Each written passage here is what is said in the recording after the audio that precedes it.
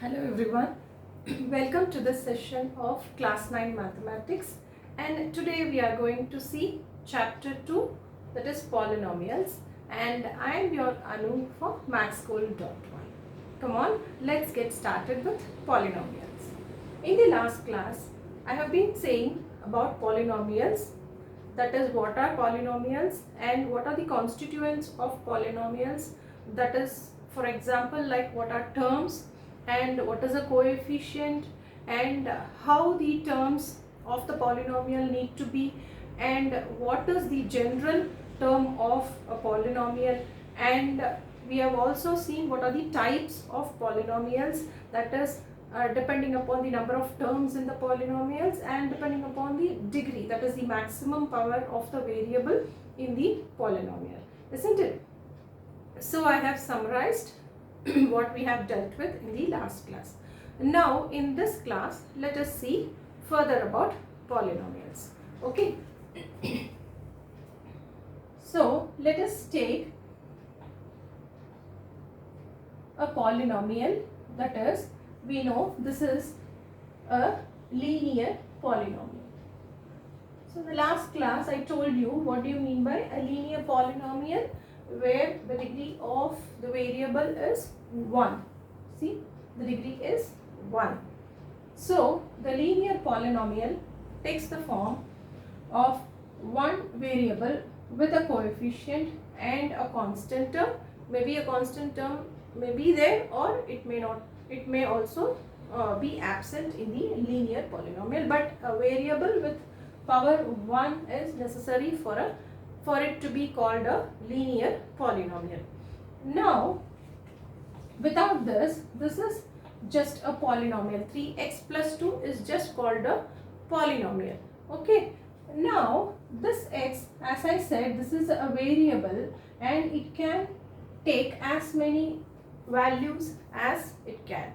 We can assign as many values as possible to the value, to the number, to the variable x. That is, if I put x is equal to 1, then the value of the polynomial will be 3 into 1 plus 2, that is 5. In the place of x I need to substitute 1, so the answer is 5, and this is what we call the value of the polynomial. That is, if we assign some value, some number to the variable x, then we get the value of the polynomial. This x, the value of x can be any real number. Okay, it can be any real number. I can substitute any real number in the place of x. But as such, a polynomial should not be like this. Power should not be a negative number, or see, it should not be like this. Even if this is a negative number in the power, or to be a rational, which is x power minus 1 is 1 by x, isn't it? So that I have rewritten, or it should not be like this too. So irrational numbers are also not allowed. Root x is also not allowed for a polynomial to exist. So the value I substitute for x can be a real number, whereas the variable can't be anything other than a positive integer. Okay, do we understand? The power should also be a positive integer. Now x is equal to 1, I have substituted and I have found out the value of polynomial. This is called value of polynomial. Now if I write it like this, 3x plus 2, I equate it to 0. So why I need to equate it to 0, I'll tell you. But this is called an equation. This just 3x plus 2 is a polynomial, whereas 3x plus 2, a polynomial equated to 0, is called an equation. This is called an equation. In an equation, we need to solve, that is, we need to find the value of x which satisfies this equation. See, 3x plus 2, if it is equated to 0, we need to find the value of x, that is, what value of x when substituted here will give you 0. Okay, so that I need to find it out.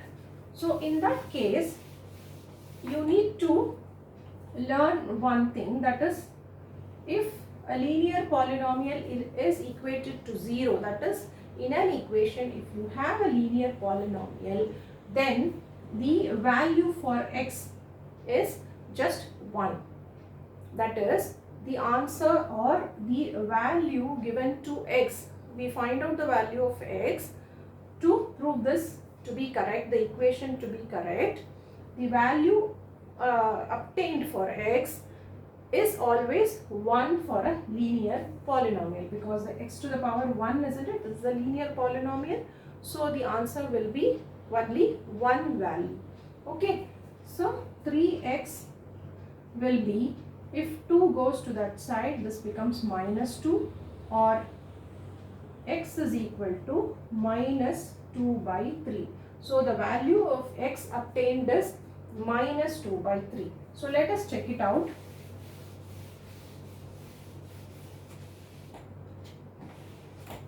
See, I will make it more clear for you.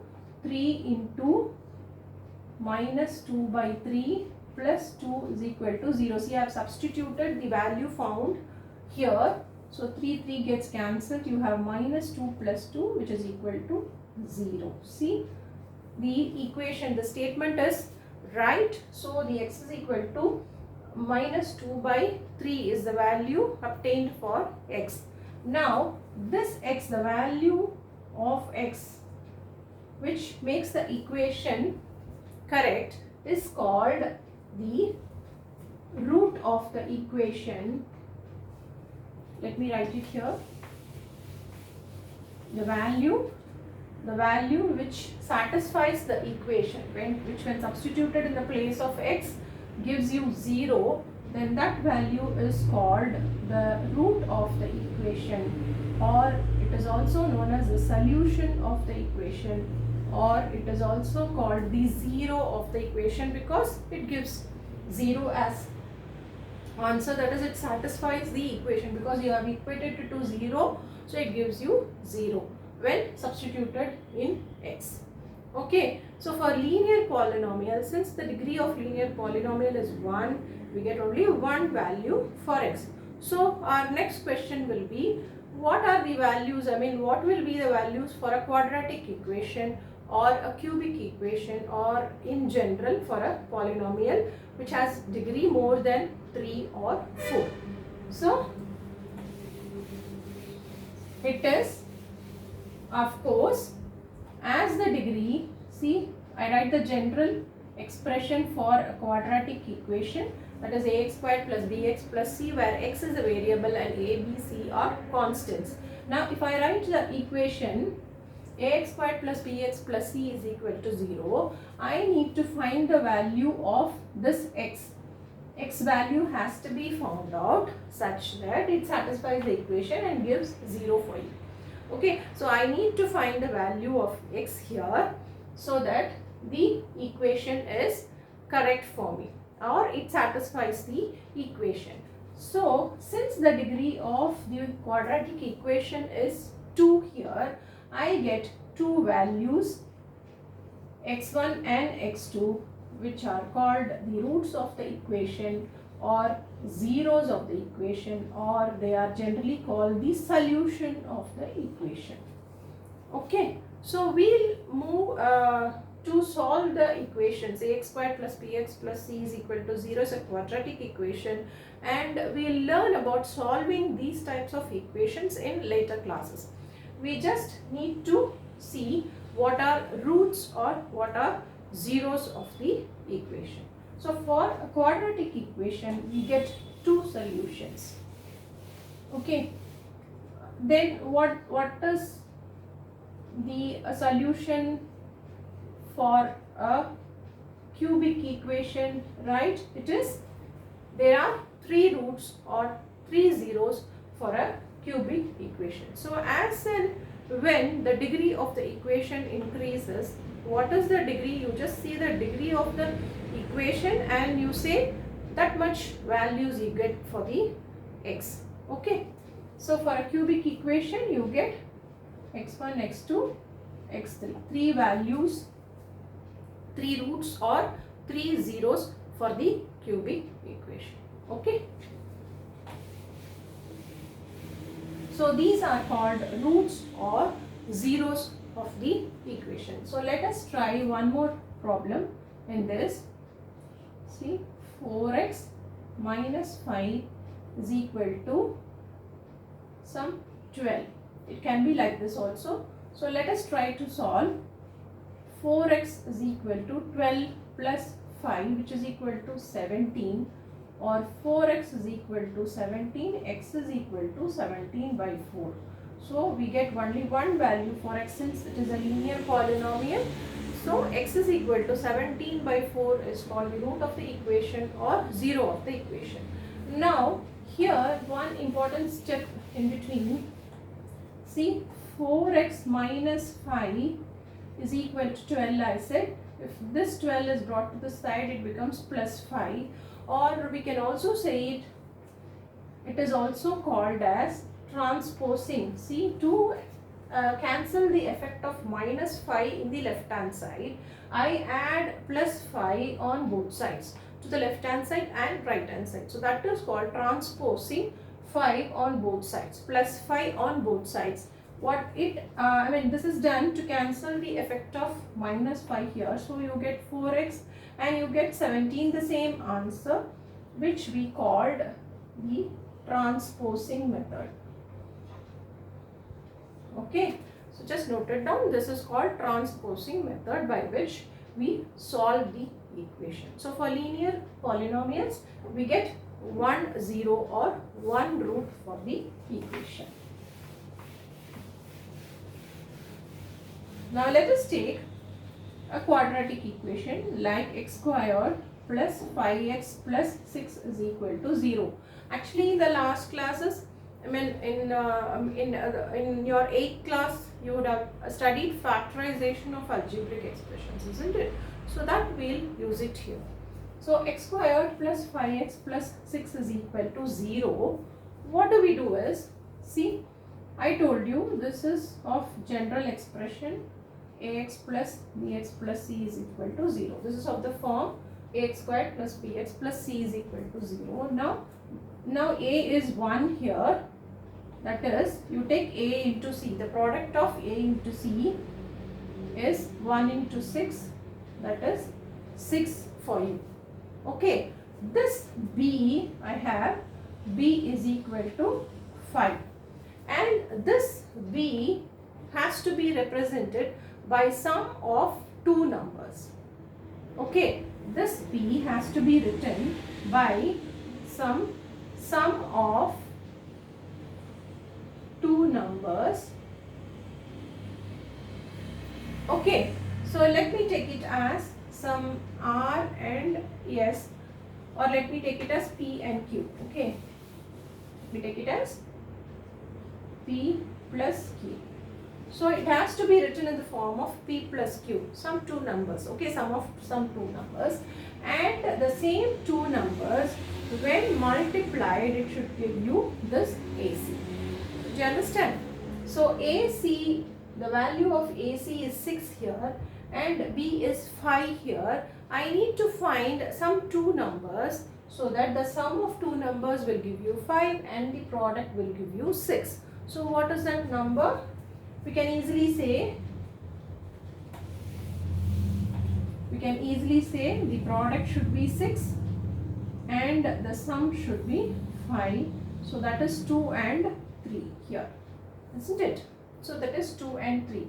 After obtaining 2 and 3 as the two numbers, what I need to do is, I need to split. See, ax squared plus what is b, that is p plus q into x plus c. I need to split it like this, isn't it? Okay, so that is why I found the number. So here, rewriting the above expression, above polynomial, I get 2x plus 3x plus 6. So it is just like the factorization you did in the last year. This is called splitting the middle terms. Okay, splitting the middle terms. I have split the middle terms. 5x is split into 2x plus 3x, so that I get x is common here. So x plus 2. How will you factorize? See, when you take x from both the terms, x is taken as common. Here x is left out and 2 is left out. You have taken x plus 2. Now just have this x plus 2 here. Now these two terms are left out. See, x is here. So the left out is plus 3. So plus 3 into x is plus 3x, plus 3 into 2 is 6. That's it. So you will get the terms here. Now x plus 2 and x plus 2 is common here for you. Isn't it? X plus 2 and x plus 2 is common here in both the terms. See, x into x plus 2 plus 3 into x plus 2. I take x plus 2 out and I have x plus 3 here. Remaining x plus 3. X plus 2 into x, isn't it? That is x plus 2 into x. X plus 2 into plus 3. Isn't it? This is equal to 0, which means x plus 2 is 0 or x plus 3 is 0. If some terms in product is equal to 0, then either of the number is equal to 0.